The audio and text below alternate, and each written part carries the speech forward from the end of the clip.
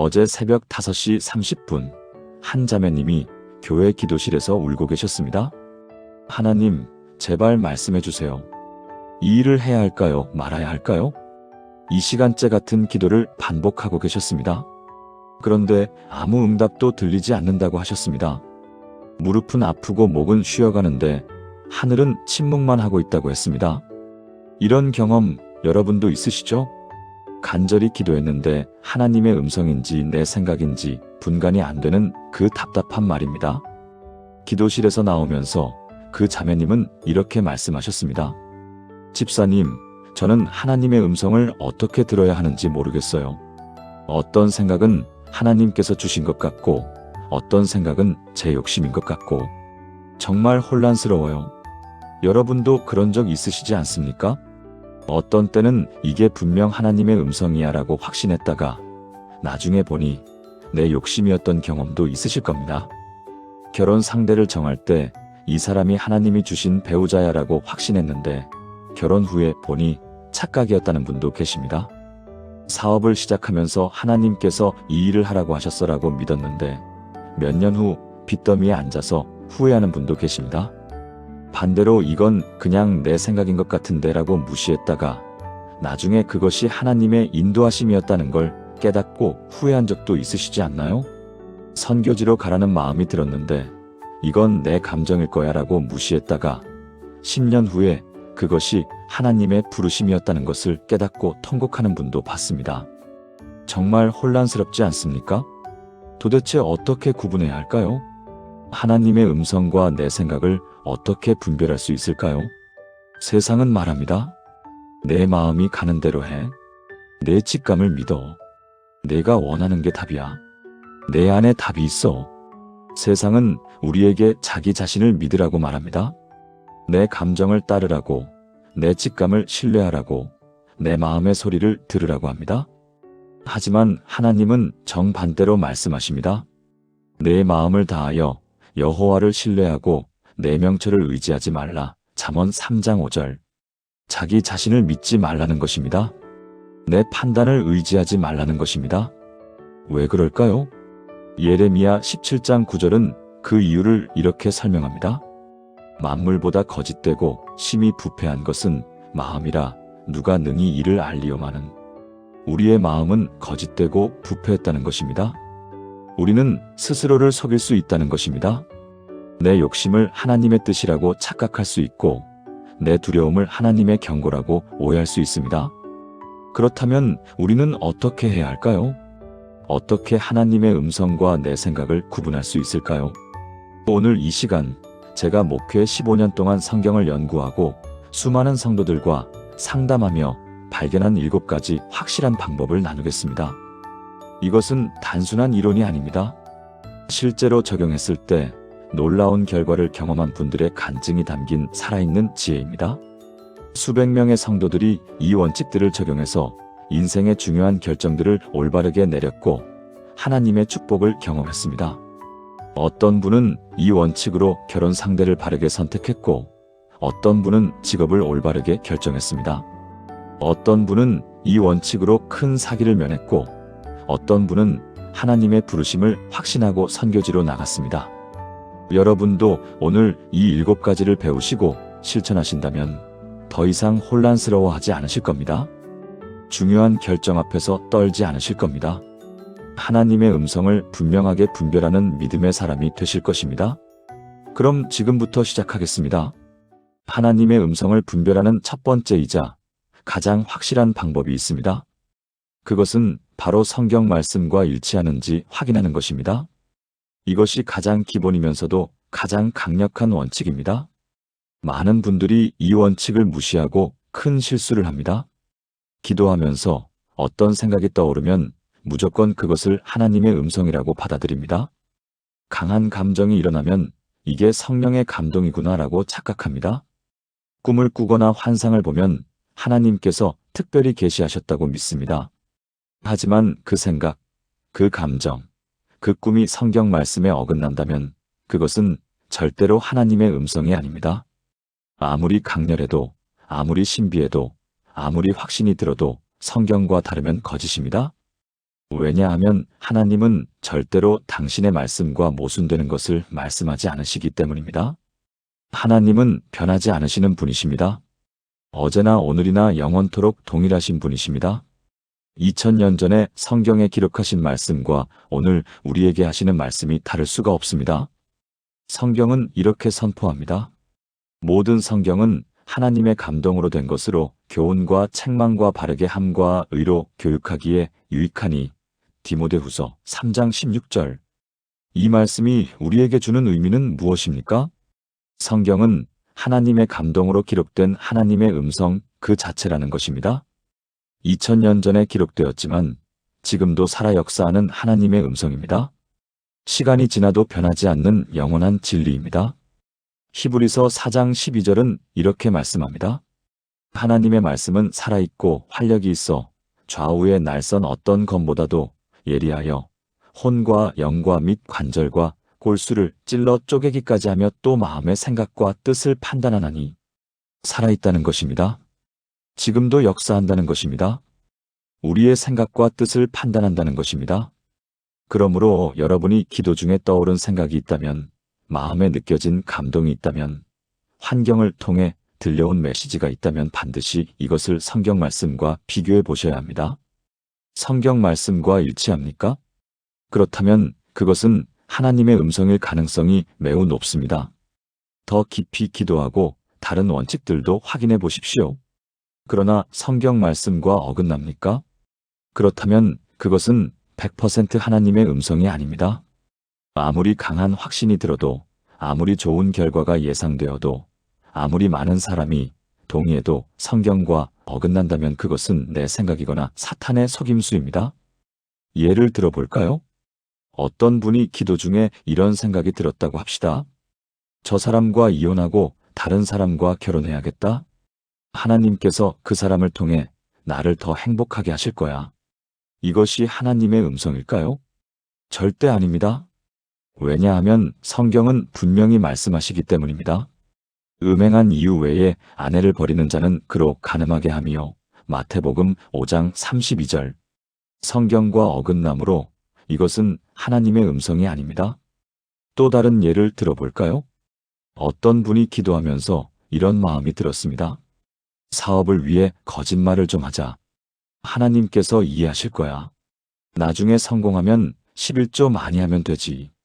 이것이 하나님의 음성일까요? 절대 아닙니다. 잠언 12장 22절은 이렇게 말씀합니다.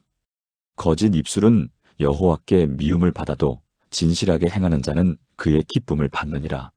성경과 어긋나므로 이것은 하나님의 음성이 아닙니다.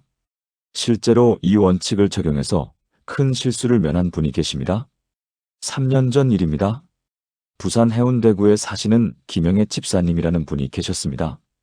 당시 58세였던 김 집사님은 남편과 사별하시고 혼자 작은 김밥집을 운영하고 계셨습니다.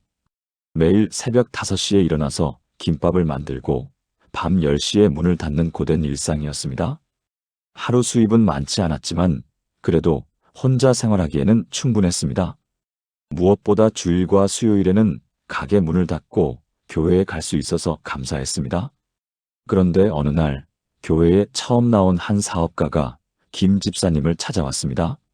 40대 중반쯤 돼 보이는 남자였는데 정장을 잘 차려입고 고급 시계를 차고 있었습니다. 집사님, 제가 새로운 사업을 시작하는데 투자하시면 1년 안에 3배의 수익을 보장합니다. 그는 자신감 넘치는 목소리로 말했습니다. 요즘 온라인 쇼핑몰이 대세 아닙니까? 제가 중국에 직접 공장을 가지고 있고 한국에서 판매하는 시스템을 만들었습니다. 이미 100명 이상이 투자했고 다들 큰 수익을 보고 있습니다.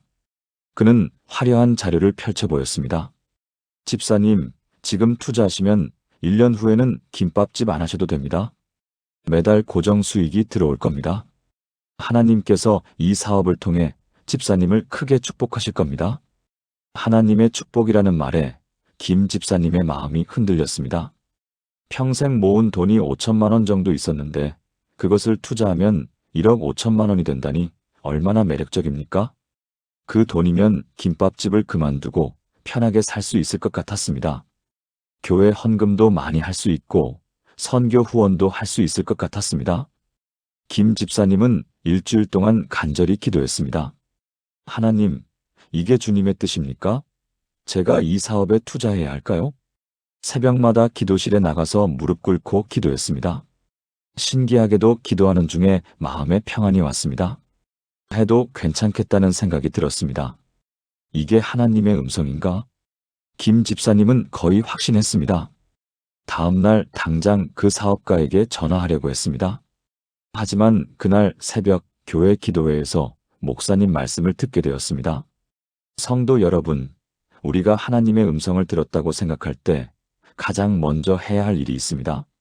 성경 말씀과 비교해 보는 것입니다. 그 말씀을 듣고 김 집사님은 집에 돌아와서 성경을 펼쳤습니다. 잠언을 읽다가 13장 11절 말씀이 눈에 확 들어왔습니다. 망령되이 얻은 재물은 줄어가고 손으로 모은 것은 늘어가느니라. 망령되이 얻은 재물. 김 집사님은 가슴이 덜컥 내려앉았습니다. 1년 만에 3배라는 것이 망령되이 얻은 재물이 아닐까? 계속 읽어 내려갔습니다. 잠언 28장 20절도 읽었습니다. 충성된 자는 복이 많아도 속히 부하고자 하는 자는 형벌을 면하지 못하리라. 속히 부하고자 하는 자. 그 순간 깨달았습니다. 김밥집을 빨리 그만두고 싶은 마음, 쉽게 돈을 벌고 싶은 욕심이 바로 속히 부하고자 하는 마음이었다는 것을 말입니다. 더 읽어 내려갔습니다. 잠언 23장 4-5절 말씀이 또 눈에 들어왔습니다.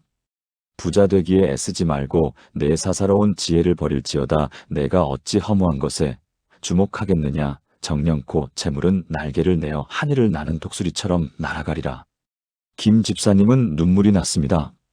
아, 내가 착각하고 있었구나. 내가 느낀 평안은 하나님의 평안이 아니라 내 욕심이 만들어낸 거짓 평안이었구나. 그날 김 집사님은 그 사업가에게 전화했습니다. 죄송합니다. 투자하지 않겠습니다. 사업가는 화를 냈습니다. 집사님, 후회하실 겁니다. 이런 기회가 어디 있습니까? 하지만 김 집사님은 흔들리지 않았습니다. 3개월 후 놀라운 일이 일어났습니다. 그 사업가는 사기꾼으로 밝혀져 경찰에 구속되었습니다. 투자한 100명 이상의 사람들은 전 재산을 잃었습니다. 어떤 사람은 집까지 팔아서 투자했다가 거리로 나앉았습니다. 어떤 사람은 자살까지 생각했다고 합니다. 뉴스에도 나왔고 교회에서도 큰 충격이었습니다. 김 집사님은 지금도 그때를 회상하며 눈물을 흘립니다. 만약 성경 말씀을 확인하지 않았다면 저도 사기를 당했을 겁니다. 제 평생 모은 5천만 원을 다 잃었을 겁니다. 아니, 돈보다 더 중요한 것을 잃었을 겁니다. 하나님에 대한 신뢰를 잃었을 겁니다. 하나님, 왜 저를 이렇게 만드셨어요? 라고 원망했을 겁니다.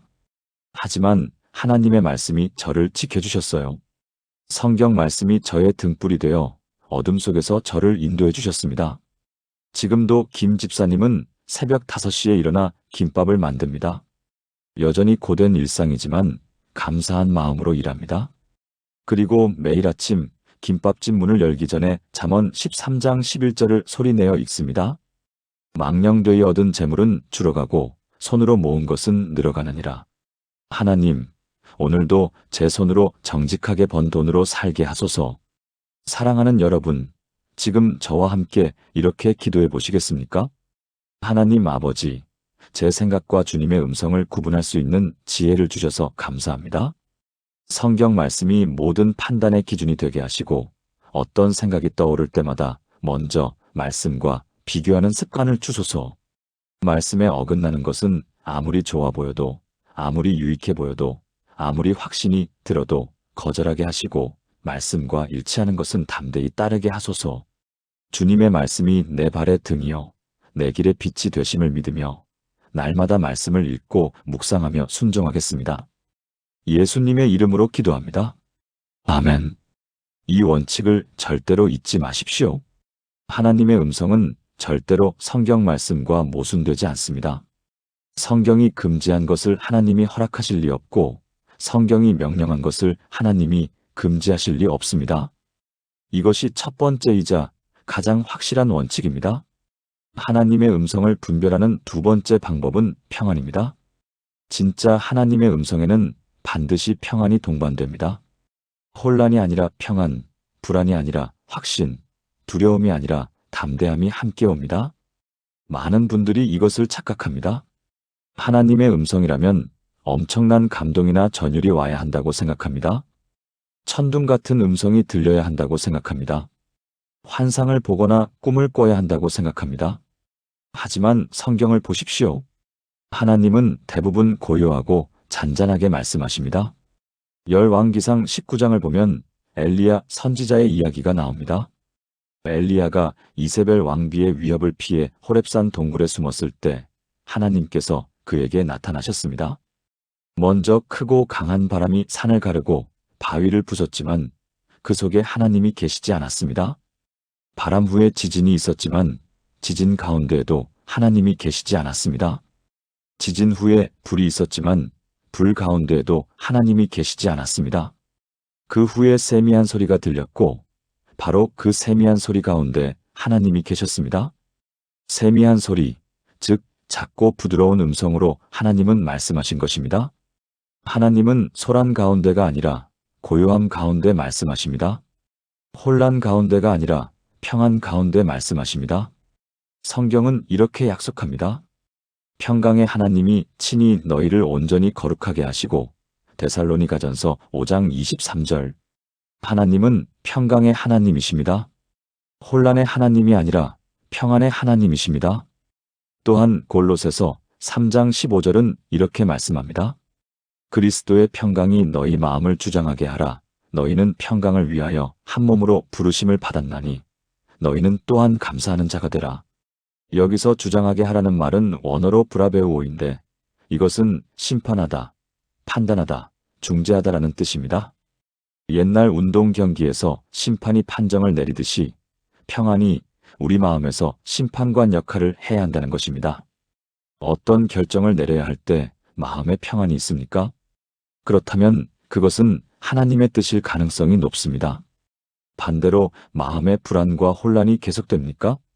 그렇다면 잠시 멈추고 더 기도해야 합니다. 평안은 하나님의 시그널입니다. 이 길이 맞다는 하나님의 표시입니다. 반대로 불안은 경고 신호입니다. 이 길이 아니다. 다시 생각해봐라. 더 기도하라는 하나님의 신호입니다. 이것을 적용해서 인생의 중요한 결정을 내린 분이 계십니다. 서울 강남구에 사시는 박지훈 집사님의 이야기입니다. 당시 45세였던 박 집사님은 대기업 삼성전자에서 15년간 근무하고 있었습니다. 연봉은 1억 2천만 원, 직급은 차장. 2년 후면 부장 승진이 거의 확실했습니다. 아내와 중학생 아들, 초등학생 딸이 있었고 강남 아파트에서 안정적인 생활을 하고 있었습니다. 주변 사람들이 보기에 박 집사님은 성공한 사람이었습니다. 하지만 박 집사님의 마음속에는 늘 공허함이 있었습니다. 회사 일은 잘 됐지만 뭔가 채워지지 않는 갈증 같은 것이 있었습니다. 그러던 어느 날 한 선교단체에서 연락이 왔습니다. GMP라는 단체였는데 아프리카 케냐에서 선교 사업을 하고 있었습니다. 그들은 현지에서 고아원과 학교를 운영하는데 경영과 재정을 담당할 실무자가 필요하다고 했습니다. 박 집사님의 경영 능력과 재정 관리 경험이 꼭 필요하다는 것이었습니다. 연봉은 3,500만 원, 지금의 3분의 1도 안 되는 금액이었습니다. 박 집사님은 처음에 감사하지만 불가능합니다라고 정중히 거절했습니다. 하지만 그날 밤부터 잠이 오지 않았습니다. 기도하는 중에 이상한 마음이 들었습니다. 케냐로 가야 하나? 박 집사님은 고개를 저었습니다. 말도 안 돼. 나는 가족이 있어.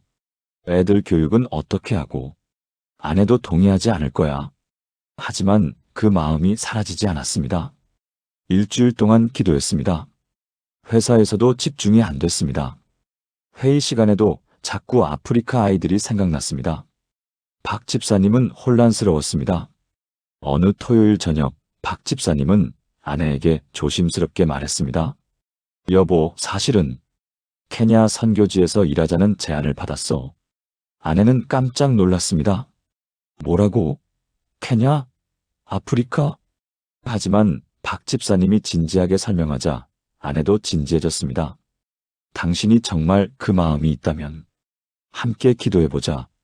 그날부터 부부가 함께 기도하기 시작했습니다. 신기한 일이 일어났습니다. 케냐로 가는 것을 생각할 때마다 깊은 평안이 박 집사님의 마음에 찾아왔습니다. 회사에 남아 승진하고 더 많은 연봉을 받는 것을 생각하면 불안했습니다. 겉으로는 안정적이지만 마음 깊은 곳에서 무언가 불편한 느낌이 계속되었습니다. 반대로 케냐로 가는 것을 생각하면 평안했습니다. 경제적으로는 불안정하지만 마음은 고요했습니다. 아이들 교육이 걱정되지만 이상하게 평안했습니다. 박 집사님은 이 평안을 2주일 동안 테스트했습니다. 아침에 눈 뜨자마자 케냐를 생각하며 마음을 살폈습니다. 평안이 있었습니다. 점심시간에 산책하면서 케냐를 생각했습니다. 평안이 있었습니다. 저녁에 가족과 함께 있을 때 케냐를 생각했습니다. 역시 평안이 있었습니다. 새벽 기도 시간에도 출퇴근길에도 주말에도 똑같은 평안이 왔습니다. 박 집사님은 깨달았습니다.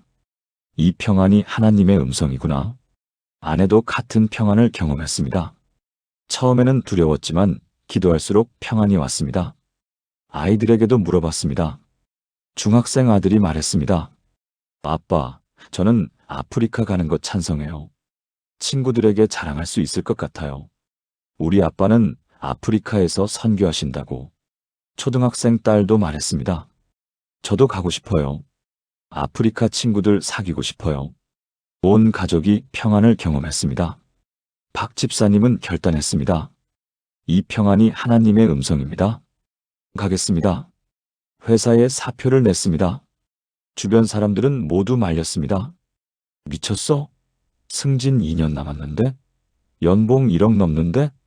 부모님도 반대하셨습니다. 내가 선교하는 건 좋은데 꼭 그렇게까지 해야 하니? 하지만 박 집사님 가족에게는 흔들리지 않는 평안이 있었습니다. 사표를 내는 순간에도 평안했습니다. 짐을 싸는 동안에도 평안했습니다. 비행기를 타고 케냐로 날아가는 동안에도 평안했습니다. 5년이 지난 지금 박 집사님 가족은 케냐에서 고아원과 학교를 운영하고 있습니다. 150명의 아이들이 그곳에서 교육받고 복음을 듣고 있습니다. 그중 80명이 세례를 받았고 20명은 이미 중학교에 진학했습니다. 박 집사님은 이렇게 간증합니다. 처음 3개월은 정말 힘들었습니다. 언어도 안 통하고 문화도 달랐습니다. 음식도 안 맞고 날씨도 힘들었습니다. 밤에 모기에 물려서 말라리아에 걸릴 뻔도 했습니다. 아이들도 한국이 그리워서 울었습니다. 하지만 그 평안은 단 한 번도 떠나지 않았습니다. 아무리 힘들어도 마음속에는 고요한 평안이 있었습니다. 그 평안이 저희 가족을 지켜주었습니다. 그 평안이 5년을 버티게 했습니다. 지금 생각해도 그때 그 평안이 하나님의 음성이었다는 것을 확신합니다. 만약 평안 대신 불안이 왔다면 그것은 하나님의 음성이 아니었을 겁니다. 사랑하는 여러분, 함께 기도해 보시겠습니까? 평강의 하나님 아버지, 제 마음에 주님의 평안을 부어주셔서 감사합니다. 혼란 가운데서도 주님의 평안을 분별할 수 있는 영적 감각을 주소서. 세상이 주는 거짓 평안과 주님이 주시는 참된 평강을 구분하게 하시고 주님의 평안이 제 마음을 주장하게 하소서. 불안과 두려움이 아니라 평안과 확신으로 주님의 뜻을 따르게 하시고 그 평안이 어떤 어려움 속에서도 저를 지켜주소서. 그리스도의 평강이 내 마음을 다스리심을 믿고 의지합니다. 예수님의 이름으로 기도합니다. 아멘. 평안은 하나님의 음성을 확인하는 강력한 증거입니다. 절대 무시하지 마십시오. 하나님의 음성을 분별하는 3번째 방법은 시간입니다. 진짜 하나님의 음성은 시간이 지나도 변하지 않습니다. 오히려 시간이 지날수록 더욱 확실해지고 강해집니다. 반면 내 생각이나 감정적 충동은 시간이 지나면 약해지거나 사라집니다. 우리는 살면서 순간적인 감정에 휩싸일 때가 많습니다. 예배 시간에 감동받아서 선교사로 헌신하겠습니다라고 결단했다가 다음날 아침이 되면 그 마음이 식어버리는 경험 있으시죠? 새벽 기도회에서 이 일을 해야겠다는 강한 확신이 들었다가 점심때쯤 되면 내가 왜 그랬지? 라고 의아해하는 경험 있으시죠? 기도하다가 갑자기 어떤 생각이 강하게 떠오르면 이게 하나님의 음성이구나라고 확신합니다. 하지만 다음날 아침이 되면 그 확신이 사라지는 경험 정말 많지 않으신가요? 그것은 하나님의 음성이 아니라 순간적인 감정이었던 것입니다. 흥분된 마음이 만들어낸 착각이었던 것입니다. 성경은 이렇게 권면합니다. 너는 마음을 다하여 여호와를 신뢰하고 내 명철을 의지하지 말라. 너는 범사에 그를 인정하라. 그리하면 내 길을 지도하시리라. 잠언 3장 5-6절. 이 말씀에서 범사에 그를 인정하라는 것은 모든 일에서 하나님을 먼저 구하고 기다리라는 뜻입니다. 급하게 결정하지 말고 하나님께서 확실하게 인도하실 때까지 기다리라는 것입니다. 또한 시편 27편 14절은 이렇게 말씀합니다. 여호와를 기다릴지어다. 강하고 담대하며 여호와를 기다릴지어다. 기다리라는 말씀이 2번 반복됩니다. 그만큼 중요하다는 것입니다. 하나님은 우리가 조급하게 결정하기를 원하지 않으십니다. 충분한 시간을 가지고 기도하며 확신을 얻기를 원하십니다.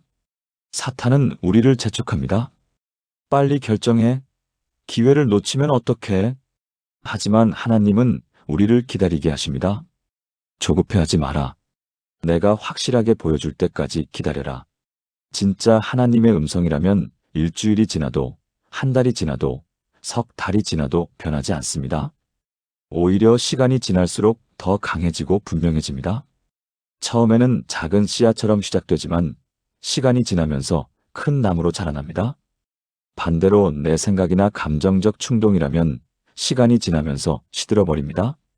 처음에는 활활 타오르는 불처럼 보이지만 시간이 지나면 재만 남습니다. 이 원칙을 적용해서 올바른 결정을 내린 분의 간증을 나누겠습니다. 대구 수성구에 사시는 이수진 권사님의 이야기입니다. 62세이신 이 권사님은 평생 중학교 국어 교사로 일하시다가 정년 퇴직을 6개월 앞두고 계셨습니다. 38년간 교직 생활을 하시면서 수천 명의 학생들을 가르치셨고 존경받는 교사로 인정받고 계셨습니다.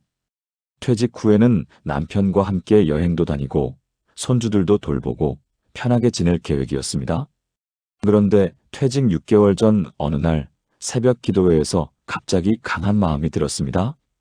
북한 선교를 위해 중국 국경 지역으로 가야겠다? 이 권사님은 깜짝 놀랐습니다. 내가 62살인데 중국으로? 북한 선교를? 하지만 그 마음이 너무나 강렬했습니다. 기도하는 동안 눈물이 났고 북한 동포들의 얼굴이 보이는 것 같았습니다. 이게 분명 하나님의 음성이구나. 이 권사님은 확신했습니다. 그날 집에 돌아와서 당장 선교단체에 연락하려고 했습니다. 중국어 학원도 알아보고 중국 비자 발급 절차도 검색했습니다. 남편에게도 말씀드렸습니다. 남편은 놀라며 말했습니다.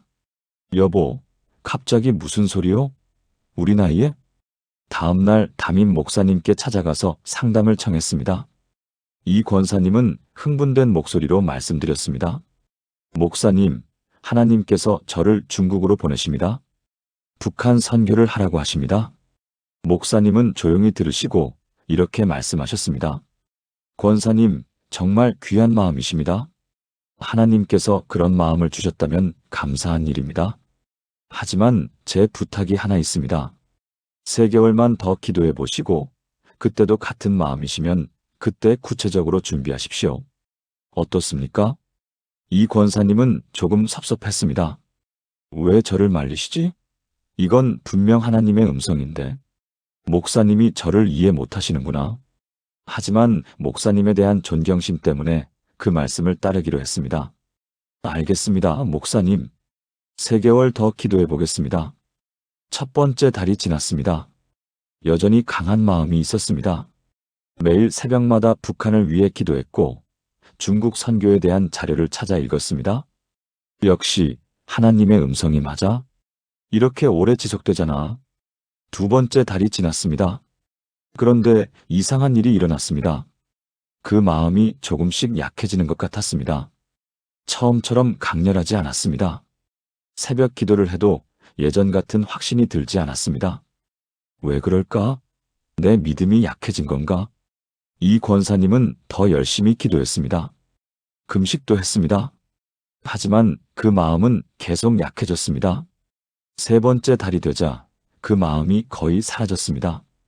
대신 다른 마음이 생기기 시작했습니다. 내가 살던 이 대구에서 내가 38년간 가르쳤던 학교 근처에서 학생들의 학부모님들을 대상으로 성경 공부를 해야겠다? 처음에는 작은 생각이었습니다. 이건 너무 평범한데? 북한 선교보다 덜 중요한 것 같은데? 하지만 이 마음은 시간이 지날수록 강해졌습니다. 한 달이 지나도 변하지 않았습니다. 두 달이 지나도 더 강해졌습니다. 세 달이 지나자 확신이 되었습니다. 이 권사님은 깨달았습니다. 처음 생각은 내 감정적 충동이었구나. 북한 선교라는 것이 멋있고 거창해 보여서 내가 흥분했던 거구나. 하지만 나중 생각이 진짜 하나님의 음성이었구나. 화려하지는 않지만 확실하고 지속적이니까. 목사님께 다시 찾아가서 말씀드렸습니다. 목사님, 처음 생각은 제 감정이었습니다. 시간이 지나니 사라졌습니다. 하지만 이제 새로운 마음이 생겼고 이것은 시간이 지나도 변하지 않습니다. 학부모님들을 대상으로 성경 공부 모임을 시작하고 싶습니다. 목사님은 미소 지으며 말씀하셨습니다. 권사님, 이제 확실한 하나님의 음성을 들으셨군요. 시작하십시오. 교회가 돕겠습니다. 퇴직 후 이 권사님은 자신의 아파트 거실에서 작은 성경 공부 모임을 시작했습니다. 처음에는 3명이 왔습니다. 모두 이 권사님이 가르쳤던 학생들의 어머니들이었습니다. 선생님, 그동안 아이들 가르치시느라 고생 많으셨어요. 이제 우리도 선생님께 배우고 싶어요. 이 권사님은 매주 수요일 오전 10시에 모임을 열었습니다. 잠언서부터 시작했습니다. 쉽고 재미있게 가르쳤습니다. 38년 교사 경력이 큰 도움이 되었습니다. 3명이 6명이 되었습니다. 6명이 10명이 되었습니다. 6개월 후에는 15명으로 늘어났습니다. 아파트 거실이 좁아서 커뮤니티 센터를 빌렸습니다. 1년 후에는 35명이 되었고 더 큰 공간이 필요했습니다. 교회에서 주일 오후 시간대에 교육관을 사용할 수 있도록 배려해 주셨습니다. 2년이 지난 지금 매주 수요일 오전마다 50명 이상이 모입니다. 나이는 40대부터 70대까지 다양합니다. 대부분 불신자였던 분들이었는데 이 권사님의 성경 공부를 들으면서 하나하나 예수님을 믿게 되었습니다.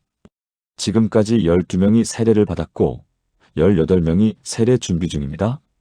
교회 등록률은 거의 80%입니다. 이 권사님은 이렇게 간증합니다. 만약 처음 생각대로 중국으로 갔다면 어떻게 됐을까요? 62살에 중국어를 배운다는 것도 무리였고 북한 선교는 정말 위험한 일입니다. 아마 몇 달 못 버티고 돌아왔을 겁니다. 그건 제 감정이었고 제 욕심이었으니까요. 멋있는 일을 하고 싶다, 사람들에게 인정받고 싶다는 교만이었어요. 하지만 시간의 테스트를 거친 두 번째 마음은 3년이 지난 지금도 변하지 않습니다. 매주 수요일이 기다려집니다. 학부모님들의 변화를 보는 것이 너무 기쁩니다. 이것이 진짜 하나님의 음성이었습니다. 시간이 증명해줬습니다. 이 권사님은 지금도 매일 아침 그때를 감사하며 기도합니다.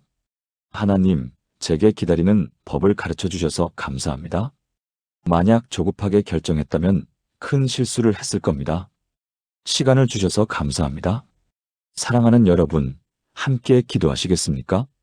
인내의 하나님 아버지, 조급하지 않고 주님의 때를 기다리는 지혜를 주셔서 감사합니다.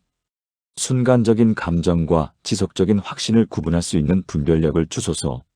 시간이 지나도 변하지 않는 주님의 음성을 붙잡고 시간이 지나면 사라지는 내 생각은 내려놓게 하소서. 급하게 결정하지 않고 주님께서 확실하게 인도하실 때까지 기다리는 믿음을 주시고 인내하며 기다리는 동안에도 주님을 신뢰하게 하소서. 주님의 때가 가장 좋은 때임을 믿고 의지합니다. 예수님의 이름으로 기도합니다. 아멘. 조급함은 실수를 부르지만 기다림은 확신을 가져옵니다. 시간의 테스트를 거친 음성만이 진짜 하나님의 음성입니다. 하나님의 음성을 분별하는 네 번째 방법은 영적 지도자의 확인입니다. 하나님은 우리를 혼자 두지 않으십니다. 교회 공동체 안에 목사님, 장로님, 권사님, 믿음의 선배들을 세워놓으셨습니다. 그들을 통해서도 하나님은 말씀하십니다. 많은 분들이 이것을 무시하고 큰 실수를 합니다. 내가 직접 하나님께 들었으니까 다른 사람의 조언은 필요 없어. 목사님이 뭘 아시겠어? 내 상황은 내가 제일 잘 알아. 나는 하나님께 직통으로 들었는데 왜 사람한테 물어봐야 해? 하지만 이것은 위험한 생각입니다. 교만한 생각입니다. 우리는 스스로를 속일 수 있기 때문입니다. 내 욕심을 하나님의 뜻으로 착각할 수 있기 때문입니다. 성경은 이렇게 경고합니다. 의논이 없으면 경영이 무너지고 지략이 많으면 경영이 성립하느니라. 잠언 15장 22절. 의논이 없으면 무너진다는 것입니다. 혼자 결정하면 실패한다는 것입니다. 또한 잠언 11장 14절은 이렇게 말씀합니다. 지략이 없으면 백성이 망하여도 지략이 많으면 평안을 누리느니라. 여기서 지략은 원어로 타브롯인데 이것은 조언자들, 상담자들, 안내자들을 의미합니다. 즉, 여러 사람의 조언을 구하는 것이 지혜롭다는 뜻입니다. 잠언 24장 6절도 같은 말씀을 합니다. 너는 전략으로 싸우라. 승리는 지략이 많음에 있느니라. 전쟁에서 이기려면 여러 지략가의 조언을 들어야 한다는 것입니다. 우리 인생도 마찬가지입니다. 영적 전쟁에서 이기려면 영적 지도자들의 조언을 들어야 합니다. 특별히 영적으로 성숙한 사람들의 조언은 매우 중요합니다. 그들은 우리가 보지 못하는 것을 봅니다. 우리가 깨닫지 못하는 것을 깨닫습니다. 우리보다 더 많은 경험이 있고 더 깊은 지혜가 있습니다. 물론 모든 사람의 조언을 다 들으라는 것은 아닙니다. 불신자의 조언, 세상적인 조언, 성경과 어긋나는 조언은 듣지 말아야 합니다. 하지만 영적으로 성숙하고 하나님의 말씀에 근거해서 조언하는 사람들의 의견은 반드시 구해야 합니다. 담임 목사님, 소그룹 리더, 멘토, 믿음의 선배들의 조언을 겸손하게 들어야 합니다. 이 원칙을 무시해서 큰 실수를 했다가 바로잡은 분의 이야기를 나누겠습니다. 인천 연수구에 사시는 최민수 청년의 간증입니다. 당시 28세였던 최 청년은 IT 기업에서 개발자로 일하고 있었습니다. 연봉은 4,500만 원, 젊은 나이에 안정적인 직장을 가지고 있었습니다. 교회도 열심히 다녔고 청년부 임원으로 섬기고 있었습니다. 그런데 어느 날 대학 동기 친구가 연락을 해왔습니다. 민수야, 나 지금 스타트업 준비하고 있어. 너 개발 실력 좋잖아. 같이 하자. 1년만 고생하면 대박 날 거야. 친구가 설명하는 사업 아이템은 그럴듯해 보였습니다. AI 기반 맞춤형 쇼핑 플랫폼이었는데 시장성이 있어 보였습니다. 최 청년은 고민하기 시작했습니다. 회사를 그만두고 친구와 사업을 할까? 아니면 안정적으로 회사 생활을 계속할까? 일주일 동안 기도했습니다. 하나님, 이 일을 해야 할까요? 기도하는 중에 강한 확신이 들었습니다. 이것이 하나님께서 주신 기회다. 해야 한다. 젊을 때 도전해야 한다. 마음이 뜨거워졌습니다. 성공하는 모습이 그려졌습니다. 몇 년 후 회사가 대박나서 억대 연봉을 받고 교회에 큰 헌금을 하는 상상을 했습니다. 그래, 이게 하나님의 음성이야. 하나님께서 나를 통해 큰 일을 하시려는 거야. 최 청년은 회사에 사표를 내기로 결심했습니다. 다음 날 인사팀에 가서 사표를 제출하려고 서류를 준비했습니다. 그런데 그 전날 밤 어머니가 전화하셨습니다. 민수야, 그런 중요한 일은 목사님께 여쭤봤니? 최 청년은 당황했습니다. 사실 목사님께는 말씀드리지 않았습니다. 내가 하나님께 직접 물어봤는데 왜 목사님께 여쭤봐야 하지? 라고 생각했기 때문입니다. 목사님은 사업을 잘 모르실 텐데 내 인생인데 내가 결정하면 되지. 하지만 어머니의 권유를 무시할 수 없었습니다. 알겠어요, 엄마. 목사님께 여쭤볼게요. 다음 날 목사님을 찾아뵀습니다. 목사님 사무실에 들어가서 상황을 설명했습니다. 목사님, 제가 기도해 봤는데 하나님께서 이 사업을 하라고 하시는 것 같습니다. 목사님은 조용히 들으시고 물으셨습니다. 민수야, 그 사업 계획서 좀 보여줄 수 있니? 그리고 내 친구에 대해서도 좀 더 자세히 얘기해 줄래? 최 청년은 사업 계획서를 꺼냈습니다. 목사님은 꼼꼼히 읽어보셨습니다. 한참을 보시던 목사님의 표정이 굳어졌습니다. 민수야, 이 사업은 신중하게 생각해 봐야겠구나. 왜요, 목사님? 일단 수익 구조가 불분명해. 어떻게 돈을 벌겠다는 건지 구체적이지 않아. 그리고 초기 투자금이 너무 많이 필요해. 1억이 넘는데 이 돈을 어디서 마련하려고? 최 청년은 대답했습니다. 투자자를 찾거나 대출을 받으려고요. 목사님이 다시 물으셨습니다. 그리고 내 친구 말인데, 대학 때 같이 다녔던 김재훈이 맞니? 네, 맞아요. 목사님의 표정이 더 심각해졌습니다. 민수야, 혹시 그 친구가 과거에 빚이 있었다는 걸 아니? 최 청년은 깜짝 놀랐습니다. 네? 빚이요? 처음 듣는데요? 목사님이 설명하셨습니다. 재훈이 아버지가 우리 교회 다니셨어. 몇 년 전에 돌아가셨는데 그 전에 나한테 상담하러 오셨었어. 재훈이가 대학 때 친구들과 사업을 한다고 부모님 돈을 빌려갔는데 그게 실패해서 3천만 원 빚이 생겼다고 하시더라. 결국 아버지가 대신 갚아주셨는데 재훈이가 그 일 이후로 교회도 안 나오고 연락도 안 된다고 하시던데. 최 청년은 충격을 받았습니다. 친구의 과거를 전혀 몰랐습니다. 목사님은 계속 말씀하셨습니다. 민수야, 내가 너를 말리려는 게 아니야. 하지만 좀 더 신중하게 생각해봐.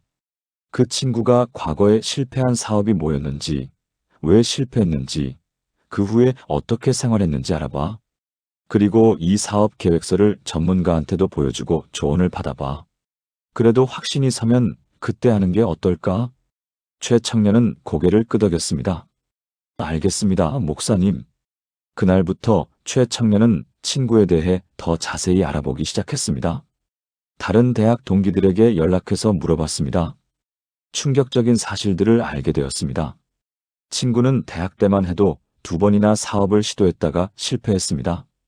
투자받은 돈을 다 날리고 빚만 남겼습니다. 그 후에도 여러 아르바이트를 전전하다가 최근에 또 사업 아이템을 구상했다는 것이었습니다. 사업 계획서도 전문가에게 보여줬습니다. 교회 장로님 중에 벤처 투자자가 계셨는데 그분께 조언을 구했습니다. 장로님은 계획서를 보시고 고개를 저으셨습니다. 민수 집사님, 이 사업은 현실성이 떨어집니다. 시장 분석도 부족하고 경쟁사 분석도 없고 수익 모델도 불분명합니다.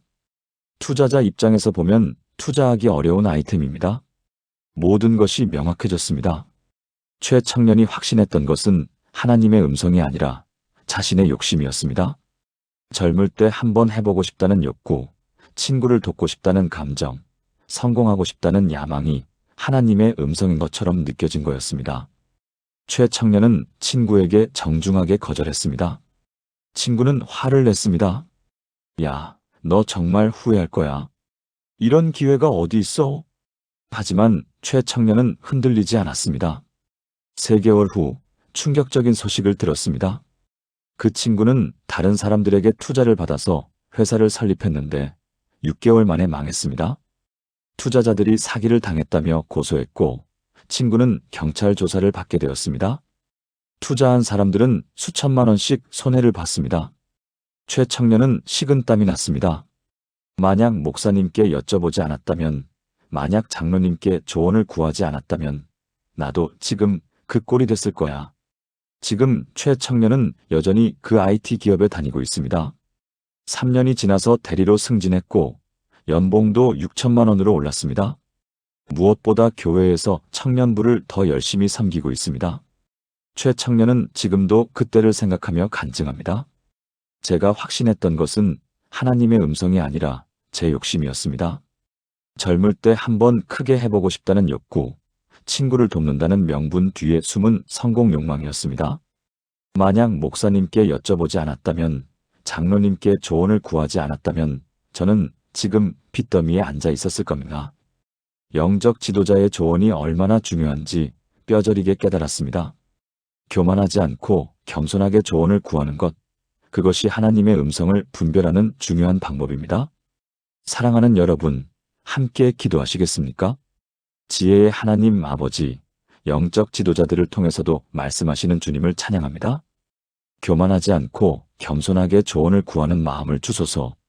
내 생각만 옳다고 주장하지 않고 영적으로 성숙한 분들의 의견에 귀 기울이게 하소서. 목사님과 장로님과 권사님과 믿음의 선배들을 통해 주시는 주님의 지혜를 분별하게 하시고 그들의 조언 속에서 주님의 음성을 듣게 하소서. 겸손한 마음으로 조언을 구하고 받아들이는 지혜를 주시고 공동체 안에서 함께 분별하는 은혜를 주소서. 예수님의 이름으로 기도합니다. 아멘. 혼자가 아닙니다. 하나님은 공동체를 통해서도 인도하십니다. 영적 지도자의 확인은 매우 중요한 원칙입니다.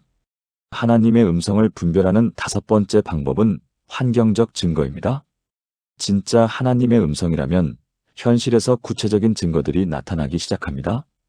문이 열리고 사람이 연결되고 자원이 공급되고 길이 보입니다. 반대로 내 생각이나 욕심이라면 아무리 애써도 길이 막힙니다. 문이 닫히고 사람도 안 만나지고 돈도 안 생기고 모든 것이 어긋납니다. 많은 분들이 이런 경험을 하십니다. 기도하면서 이게 하나님의 뜻이다라고 확신했는데 실제로 진행해보니 모든 것이 막힙니다. 계속 장애물이 생기고 문제가 터지고 사람들이 반대합니다. 그럴 때는 다시 한번 점검해야 합니다. 이게 정말 하나님의 음성이었을까? 하나님께서 길을 막으시는 것일 수도 있습니다. 이 길이 아니다. 다시 생각해봐라는 신호일 수 있습니다. 성경은 이렇게 약속합니다. 너는 범사에 그를 인정하라 그리하면 내 길을 지도하시리라. 잠언 3장 6절. 하나님께서 길을 지도하신다는 것은 무슨 뜻입니까?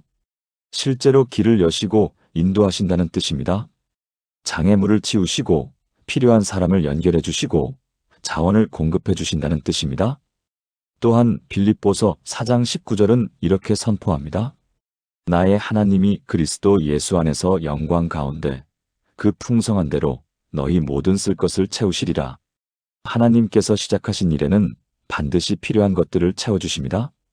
돈이 필요하면 돈을 주시고 사람이 필요하면 사람을 보내시고 지혜가 필요하면 지혜를 주십니다.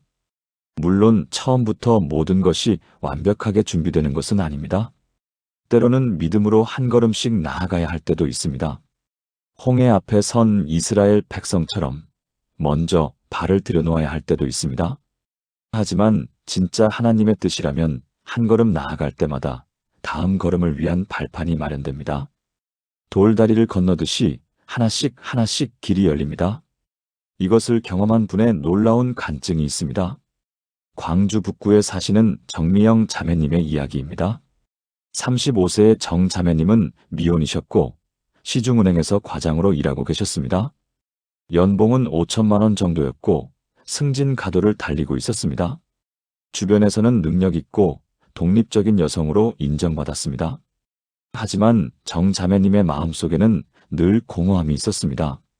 내 인생이 이게 다인가? 돈 벌고 승진하고 결혼하고 그게 전부인가? 3년 전 어느 날 교회 목사님 설교를 듣다가 마음이 뜨거워졌습니다.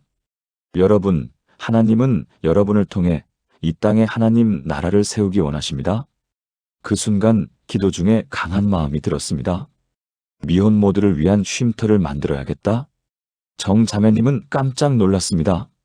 나는 결혼도 안 했는데 미혼모 쉼터라니?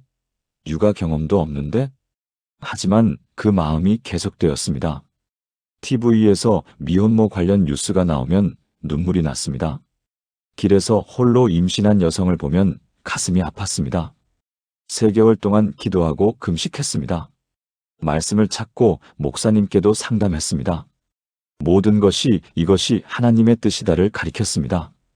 정 자매님은 결단했습니다. 은행을 그만두고 이 일을 시작하기로 했습니다. 하지만 현실적인 문제가 산더미였습니다. 집은 어떻게 구하지? 한 달에 최소 300만 원은 필요한데 돈은 어떻게 마련하지? 함께 일할 사람은 어디서 찾지? 정 자매님은 기도하며 한 걸음씩 나아가기 시작했습니다. 먼저 은행에 사표를 냈습니다. 주변 사람들이 모두 말렸습니다. 미쳤어?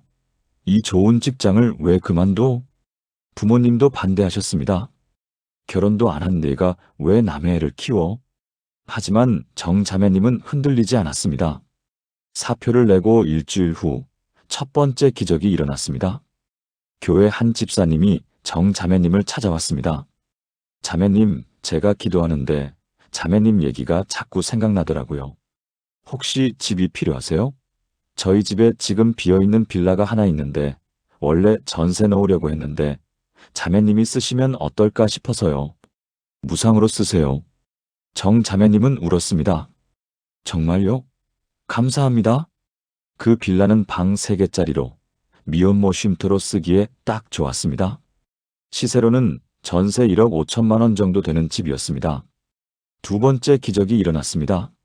사표를 낸 지 2주일 후 한 번도 만난 적 없는 권사님이 전화하셨습니다. 자매님이 미혼모 쉼터 하신다는 얘기를 듣고 기도하는데 제가 1천만 원을 후원하라는 마음이 들었습니다. 계좌번호 알려주세요. 정 자매님은 또 울었습니다. 하나님, 정말 이 일이 주님의 뜻이었나 봅니다. 1천만 원으로 집 수리를 하고 필요한 물품들을 샀습니다. 침대, 냉장고, 세탁기, 아기 침대, 기저귀, 분유. 세 번째 기적이 일어났습니다. 교회 청년부에 다니는 한 간호사 자매님이 찾아왔습니다. 선배님, 저도 이 일을 함께 하고 싶습니다. 제가 간호사니까 미혼모들 건강도 챙겨드릴 수 있을 것 같아요. 당분간 무급으로 일하겠습니다. 정 자매님은 손을 꼭 잡았습니다. 정말 감사해요. 하나님께서 당신을 보내주셨네요. 네 번째 기적이 일어났습니다. 한 산부인과 의사 장로님이 연락하셨습니다. 정 집사님, 우리 병원에서 미혼모들 무료로 진료해드리겠습니다. 출산까지 모두 무료로 해드릴게요. 다섯 번째 기적이 일어났습니다. 한 기업 사장님이 매달 200만 원씩 정기 후원하겠다고 연락해 왔습니다. 제 딸도 과거에 미혼모였습니다. 다행히 지금은 잘 살고 있지만 그때 그 아픔을 잊을 수가 없습니다. 정 집사님이 하시는 일을 돕고 싶습니다. 모든 것이 준비되었습니다. 집도 있고 돈도 있고 사람도 있고 병원 지원도 있었습니다. 정 자매님은 무릎을 꿇고 울며 기도했습니다. 하나님, 제가 한 것이 아무것도 없습니다. 모두 하나님께서 하셨습니다. 제가 한 걸음 떼니까 하나님께서 모든 것을 예비해 주셨습니다. 그렇게 6개월 만에 은혜의 집이라는 미혼모 쉼터가 문을 열었습니다. 처음에는 2명의 미혼모가 입소했습니다. 19세 고등학생과 24세 대학생이었습니다.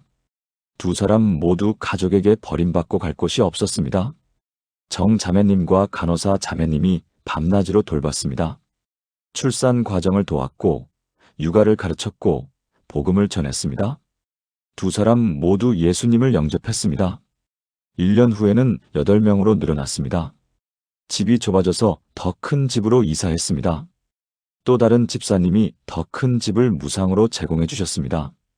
2년 후에는 15명을 수용할 수 있게 되었습니다. 후원자도 늘어나서 매달 안정적인 운영이 가능해졌습니다. 지금까지 3년 동안 43명의 미혼모가 그곳에서 출산하고 새로운 삶을 시작했습니다. 그중 38명이 아기를 직접 키우기로 결정했고 5명은 입양을 보냈습니다. 18명이 교회에 등록했고 세례를 받았습니다. 정 자매님은 이렇게 간증합니다. 처음에는 아무것도 없었습니다. 돈도 없고 집도 없고 사람도 없었습니다. 경험도 없고 전문 지식도 없었습니다. 하지만 하나님의 음성이 확실했기에 한 걸음 나아갔더니 하나님께서 모든 것을 준비해 주셨습니다. 제가 한 걸음 떼면 하나님께서 10걸음 예비하고 계셨습니다. 환경적 증거들이 계속 나타났습니다. 집이 생기고 돈이 생기고 사람이 생기고 병원 지원이 생기고 모든 것이 기적처럼 일어났습니다. 이것이 정말 하나님의 뜻이라는 확증이었습니다. 만약 이것이 제 생각이었다면 이렇게 안 됐을 겁니다. 모든 것이 막혔을 겁니다. 하지만 이것이 하나님의 음성이었기에 하나님께서 길을 여셨습니다. 사랑하는 여러분, 함께 기도하시겠습니까? 예비하시는 하나님 아버지, 길을 여시고 문을 여시는 주님을 찬양합니다. 제가 주님의 뜻을 따라 한 걸음 나아갈 때 필요한 모든 것을 예비해 주셔서 감사합니다. 환경적 증거들을 통해 주님의 인도하심을 확인하게 하시고 막히는 곳이 있다면 다시 주님께 여쭙는 겸손함을 주소서. 사람과 자원과 기회를 통해 주님의 뜻을 확증하시는 주님을 신뢰하며 한 걸음 한 걸음 주님을 따라가겠습니다. 주님께서 예비하시고 채우심을 믿고 의지합니다. 예수님의 이름으로 기도합니다. 아멘. 하나님의 뜻에는 하나님의 예비가 따릅니다. 환경적 증거는 하나님의 음성을 확인하는 강력한 방법입니다. 하나님의 음성을 분별하는 6번째 방법은 성령의 내적 확신입니다. 성령님께서 우리 마음 깊은 곳에서 그렇다라고 증언하시는 그 확신 말입니다. 이것은 평안과는 조금 다릅니다. 평안은 고요함이고 안정감이지만 확신은 흔들리지 않는 믿음입니다. 맞아. 이게 하나님의 뜻이야 라고 마음 깊은 곳에서 외치는 그 음성입니다. 아무도 설득하지 못하는 어떤 상황도 흔들 수 없는 그 확신 말입니다. 많은 분들이 이 확신을 경험합니다. 논리적으로 설명할 수는 없지만 안다는 것입니다. 증거를 댈 수는 없지만 확신한다는 것입니다. 사람들이 아무리 반대해도 상황이 아무리 어려워도 흔들리지 않는 그 확신입니다. 성경은 이것을 이렇게 설명합니다. 성령이 친히 우리의 영과 더불어 우리가 하나님의 자녀인 것을 증언하시나니 로마서 8장 16절. 성령님께서 증언하신다는 것입니다. 우리의 영 깊은 곳에서 그렇다, 맞다, 이것이다라고 말씀하신다는 것입니다. 이것은 머리의 생각이 아니라 영의 확신입니다. 또한 요한일서 2장 27절은 이렇게 말씀합니다. 너희는 주께 받은 바 기름 부음이 너희 안에 거하나니 아무도 너희를 가르칠 필요가 없고 오직 그의 기름 부음이 모든 것을 너희에게 가르치며 또 참되고 거짓이 없으니 너희를 가르치신 그대로 주 안에 거하라. 성령의 기름 부으심이 우리에게 진리를 가르쳐 주신다는 것입니다. 이것은 신비한 경험입니다.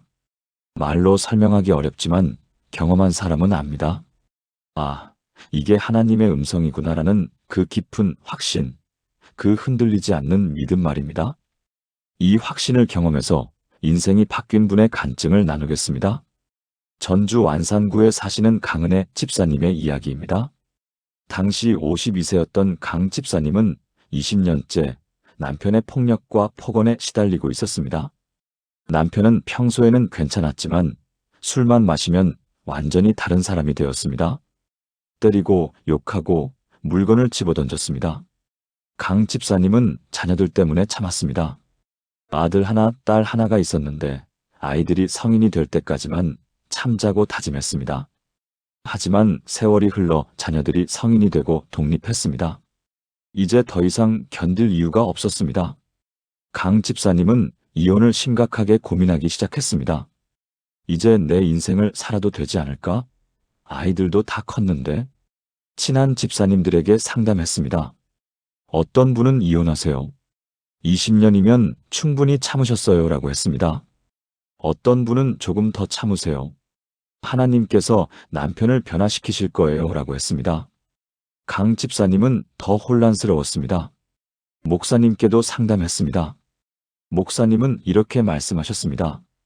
집사님, 제가 이혼하라고도 참으라고도 말씀드릴 수 없습니다. 이것은 집사님이 하나님께 직접 물어봐야 할 문제입니다. 기도하십시오. 하나님께서 분명히 답을 주실 겁니다. 강 집사님은 6개월 동안 이 문제로 기도했습니다.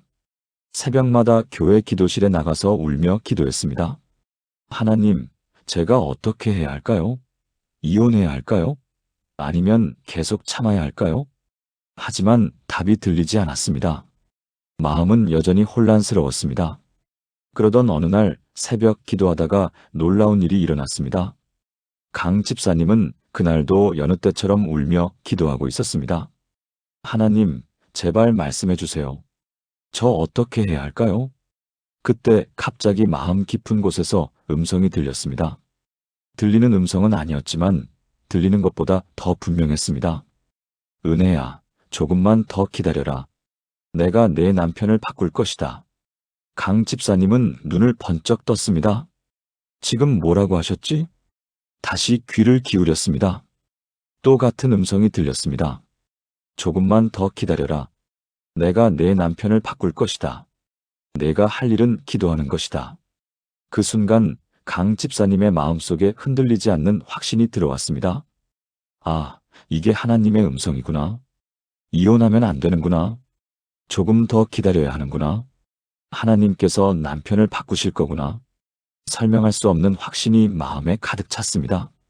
논리적으로 이해되지 않았습니다. 20년 동안 변하지 않았는데 이제 와서 변한다고? 하지만 확신은 논리를 초월했습니다. 강 집사님은 그 자리에서 눈물을 흘렸습니다. 하나님, 알겠습니다. 기다리겠습니다. 남편을 위해 기도하겠습니다. 그날부터 강 집사님은 완전히 달라졌습니다. 남편을 원망하는 대신 위해 기도하기 시작했습니다.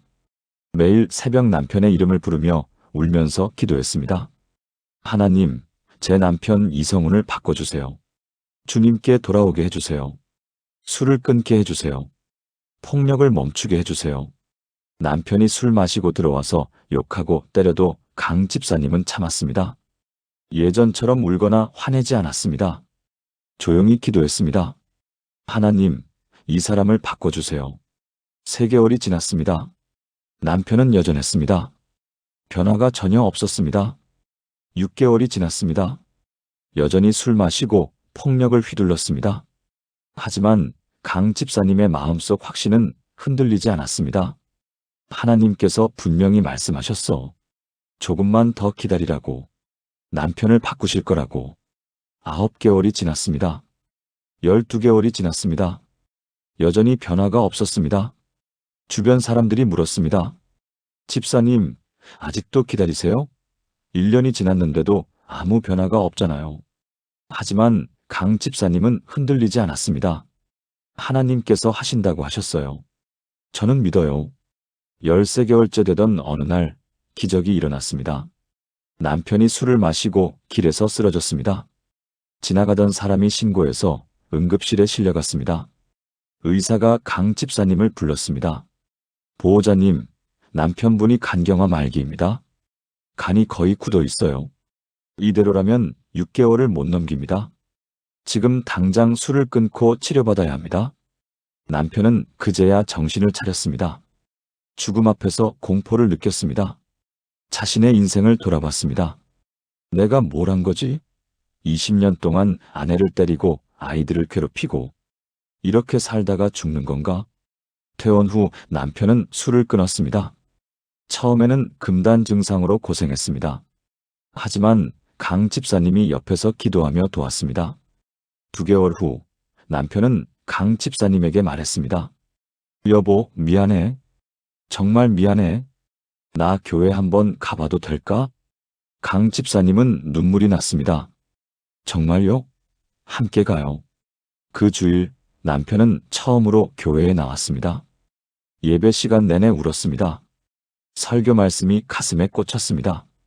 누구든지 그리스도 안에 있으면 새로운 피조물이라 이전 것은 지나갔으니 보라 새 것이 되었도다. 고린도후서 5장 17절. 남편은 그날 예배 후 목사님께 찾아갔습니다. 목사님, 저도 예수 믿고 싶습니다. 제가 너무 죄인입니다. 3개월 후 남편은 눈물로 회개하며 예수님을 영접했습니다. 6개월 후 세례를 받았습니다. 술을 완전히 끊었고 폭력도 완전히 멈췄습니다. 지금은 완전히 다른 사람이 되었습니다. 아내를 사랑하고 존중하는 남편으로 변화되었습니다. 아침마다 함께 기도하고 저녁마다 성경을 읽습니다. 5년이 지난 지금 강 집사님 부부는 함께 교회에서 가정사역을 섬기고 있습니다. 위기의 가정들을 상담하고 도와주는 일을 하고 있습니다. 강 집사님은 이렇게 간증합니다. 그때 그 새벽에 받은 성령의 확신이 없었다면 저는 이혼했을 겁니다. 사람들의 조언도 엇갈렸고 상황도 절망적이었으니까요. 하지만 성령님께서 제 마음 깊은 곳에서 기다려라고 말씀하셨습니다. 내가 내 남편을 바꿀 것이다라고 약속하셨습니다. 그 확신이 13개월을 버티게 했습니다. 아무 변화가 없어도 사람들이 뭐라고 해도 그 확신은 흔들리지 않았습니다. 그리고 하나님께서 정말로 기적을 행하셨습니다. 20년 동안 변하지 않던 남편을 바꾸셨습니다. 성령의 내적 확신, 그것이 하나님의 음성을 분별하는 가장 강력한 증거입니다. 사랑하는 여러분, 함께 기도하시겠습니까? 성령 하나님, 제 마음 깊은 곳에서 증언하시는 주님을 찬양합니다.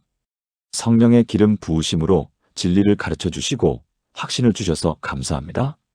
제 마음 깊은 곳에서 들려오는 주님의 음성을 분별하게 하시고 흔들리지 않는 확신으로 주님의 뜻을 따르게 하소서.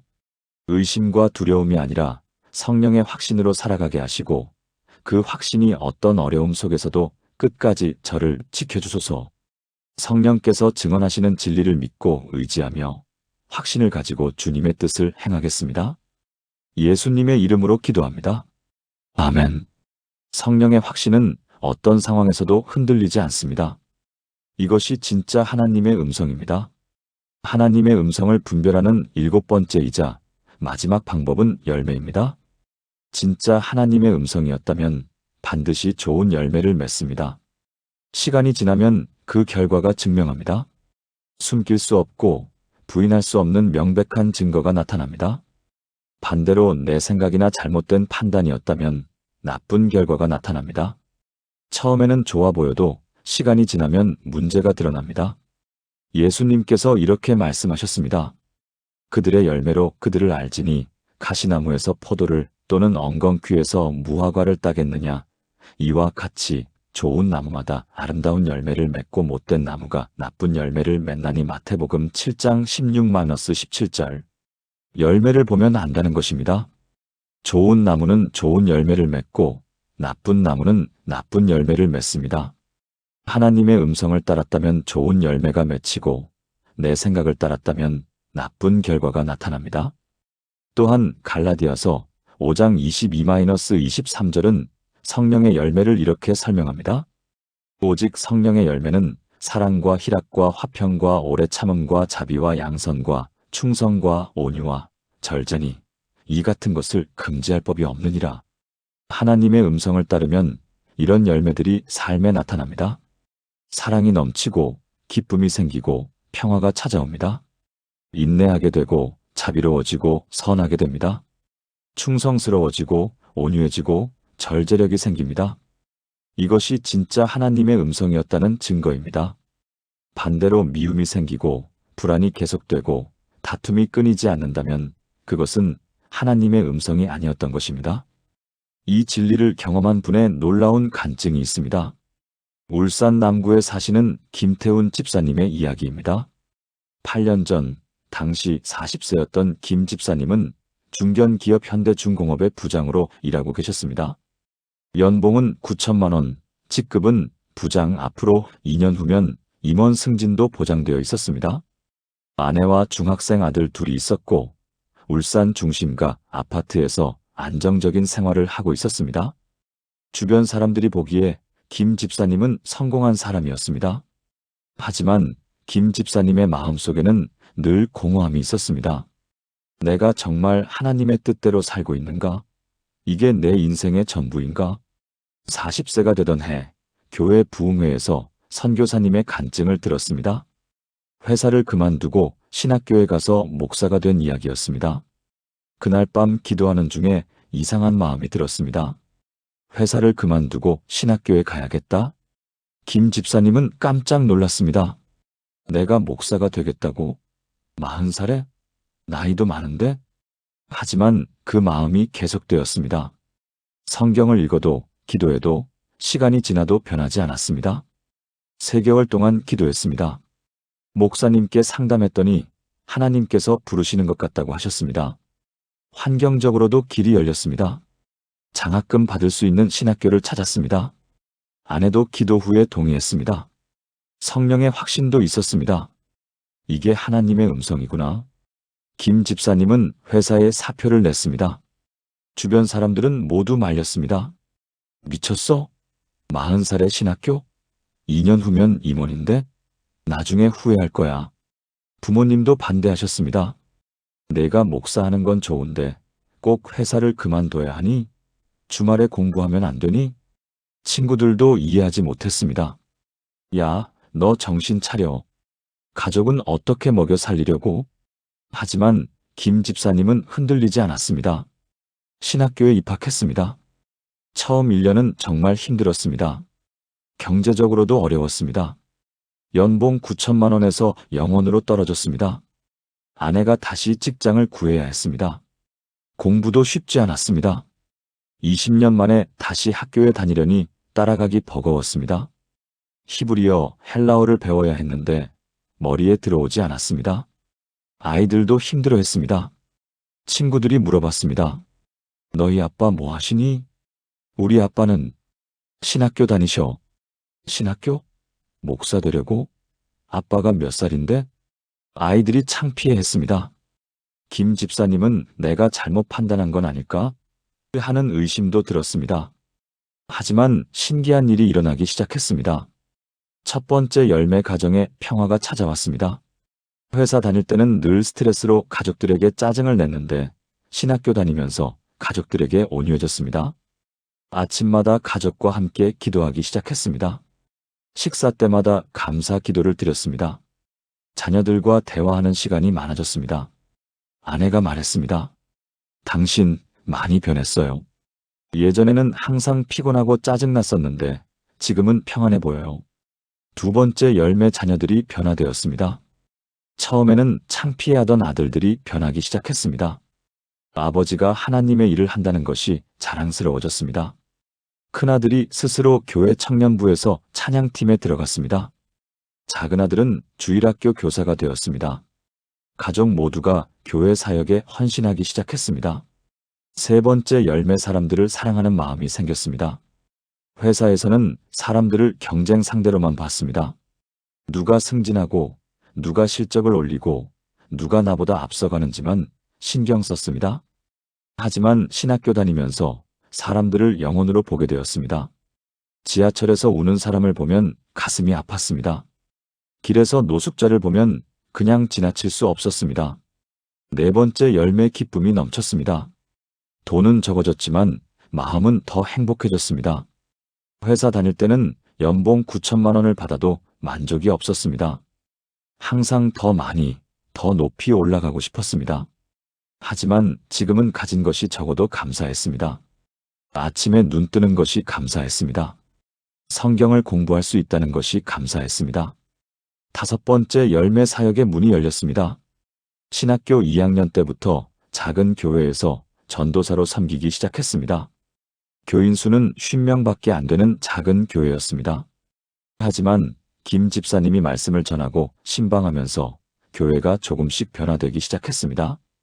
3개월 만에 10명이 새로 등록했습니다. 6개월 만에 70명으로 늘어났습니다. 1년 만에 100명이 되었습니다. 4년 후 김 집사님은 신학교를 졸업하고 목사 안수를 받았습니다. 그 작은 교회의 담임 목사로 청빙되었습니다. 연봉은 회사 다닐 때의 4분의 1 수준이었습니다. 하지만 김 집사님과 가족은 행복했습니다. 지금은 8년이 지났습니다. 그 교회는 지금 200명이 넘는 교회로 성장했습니다. 그중 절반 이상이 전도로 등록한 새신자들입니다. 매년 15명 이상이 세례를 받고 있습니다. 교회 건물도 새로 지었습니다. 무엇보다 놀라운 것은 김 목사님 가족의 변화입니다. 큰아들은 지금 신학교에 다니고 있습니다. 작은아들은 선교사가 되기로 결심했습니다. 아내는 여전도회 회장으로 섬기고 있습니다. 온 가족이 하나님의 일에 헌신하고 있습니다. 김 목사님은 이렇게 간증합니다. 8년 전 그 결정이 하나님의 음성이었다는 것을 열매가 증명합니다. 돈은 적어졌지만 기쁨은 100배가 되었습니다. 지위는 낮아졌지만 보람은 1000배가 되었습니다. 무엇보다 가정에 평화가 있고 자녀들이 믿음으로 자라는 것을 봅니다. 교회가 부흥하고 영혼들이 구원받는 것을 목격합니다. 이것이 제가 하나님의 음성을 제대로 들었다는 증거입니다. 열매가 그것을 증명합니다. 만약 이것이 제 생각이었다면 이런 열매가 안 나왔을 겁니다. 후회하고 불평하고 원망했을 겁니다. 하지만 이것이 하나님의 음성이었기에 시간이 지날수록 더 확신하게 되고 더 감사하게 되고 더 기쁨이 넘칩니다. 사랑하는 여러분, 마지막 기도를 함께 드리시겠습니까? 열매 맺게 하시는 하나님 아버지, 좋은 열매로 주님의 음성을 증명하게 하심을 감사합니다. 제 삶에 성령의 열매가 풍성하게 맺히게 하시고 그 열매로 주님의 뜻을 따랐음을 증명하게 하소서. 사랑과 기쁨과 평화와 인내와 자비와 양선과 충성과 온유와 절제의 열매가 제 삶에 넘치게 하시고 그 열매를 통해 많은 사람들이 주님께 영광 돌리게 하소서. 단기적 성공이 아니라 영원한 열매를 추구하게 하시고 시간이 지날수록 더 풍성한 열매로 주님의 인도하심을 증명하게 하소서. 좋은 열매로 주님을 증거하는 삶을 살겠습니다. 예수님의 이름으로 기도합니다. 아멘. 열매가 모든 것을 증명합니다. 시간이 지나면 진실이 드러납니다. 하나님의 음성을 따랐다면 반드시 좋은 열매가 맺힙니다. 지금까지 나눈 7가지 말씀을 하나의 기도로 드리겠습니다. 함께 기도하시겠습니까? 사랑하는 하나님 아버지, 오늘 이 시간 하나님의 음성과 내 생각을 구분하는 7가지 방법을 가르쳐 주셔서 감사합니다. 성경 말씀과 일치하는지 확인하게 하시고 평안이 함께 오는지 살피게 하시며 시간의 테스트를 거치게 하시고 영적 지도자의 확인을 구하게 하시며 환경적 증거를 보게 하시고 성령의 내적 확신을 주시며 열매로 증명되게 하시는 주님을 찬양합니다. 저는 고백합니다. 이제 더 이상 혼란스러워하지 않겠습니다. 주님께서 주신 이 7가지 원칙으로 주님의 음성을 분명히 분별하겠습니다. 성경 말씀을 첫 번째 기준으로 삼고 주님의 평안이 제 마음을 주장하게 하며 조급하지 않고 주님의 때를 기다리겠습니다. 겸손하게 영적 지도자들의 조언을 구하고 환경적 증거들을 통해 주님의 인도를 확인하며 성령의 확신으로 담대히 나아가고 좋은 열매로 주님의 뜻을 증명하겠습니다. 주님, 제 귀를 열어주소서. 주님의 음성을 듣는 귀, 주님의 음성을 분별하는 영적 감각을 날카롭게 하소서. 요한복음 10장 27절 말씀처럼 내 양은 내 음성을 들으며 나는 그들을 알며 그들은 나를 따르느니라 하신 그 약속을 붙잡습니다. 저는 주님의 양입니다. 주님의 음성을 듣고 주님을 따르는 양입니다. 내 생각과 주님의 음성을 분명히 구분하고 오직 주님의 음성만을 따르겠습니다. 이 7가지 원칙이 제 삶의 습관이 되게 하시고 날마다 주님과 더 깊이 교제하며 주님의 음성에 더 민감해지게 하소서. 주님의 음성을 듣고 순종하는 삶을 살아서 많은 사람들에게 주님의 영광을 나타내게 하소서. 이 모든 것을 살아계신 예수 그리스도의 이름으로 기도합니다. 아멘. 사랑하는 여러분, 오늘 우리는 하나님의 음성과 내 생각을 구분하는 7가지 방법을 함께 나누었습니다. 첫째, 성경 말씀과 일치하는지 확인하십시오. 이것이 가장 기본이면서도 가장 확실한 원칙입니다.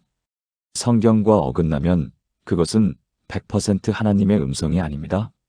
둘째, 평안이 함께 오는지 살피십시오. 진짜 하나님의 음성에는 고요한 평안이 함께 옵니다. 혼란과 불안이 계속된다면 더 기도해야 합니다. 셋째, 시간의 테스트를 거치게 하십시오. 진짜 하나님의 음성은 시간이 지나도 변하지 않습니다. 오히려 시간이 지날수록 더 확실해집니다. 넷째, 영적 지도자의 확인을 구하십시오. 교만하지 말고 겸손하게 조언을 구하십시오. 하나님은 공동체를 통해서도 말씀하십니다. 다섯째, 환경적 증거가 나타나는지 보십시오. 하나님께서 시작하신 일에는 하나님의 예비가 따릅니다. 문이 열리고 사람이 연결되고 자원이 공급됩니다. 여섯째, 성령의 내적 확신이 있는지 확인하십시오. 마음 깊은 곳에서 그렇다라고 외치는 그 확신을 무시하지 마십시오. 일곱째, 열매로 증명되는지 지켜보십시오. 시간이 지나면 진실이 드러납니다. 하나님의 음성을 따랐다면 반드시 좋은 열매가 맺힙니다. 이 7가지는 단순한 이론이 아닙니다. 실제로 수많은 성도들이 적용해서 하나님의 음성을 분명히 듣고 순종해서 놀라운 축복을 경험한 검증된 원칙입니다. 여러분도 오늘부터 이 원칙들을 적용해 보시기 바랍니다. 중요한 결정 앞에 서 있습니까? 이 7가지로 확인해 보십시오. 기도 중에 어떤 생각이 떠올랐습니까? 이 7가지로 검증해 보십시오. 그리하면 여러분은 더 이상 혼란스러워하지 않으실 것입니다. 하나님의 음성을 분명하게 듣고 담대하게 순종하는 믿음의 사람이 되실 것입니다. 오늘 이 말씀이 여러분의 마음에 닿았다면 좋아요를 눌러주시고 아래 댓글에 아멘이라고 남겨주세요.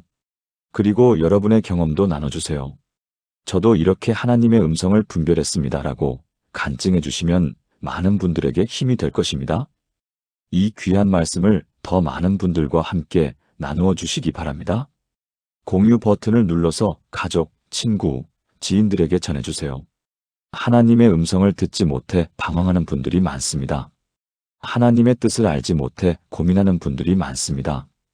이 영상이 그분들에게 큰 도움이 될 것입니다.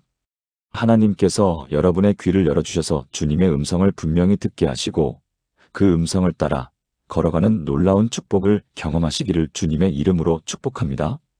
감사합니다.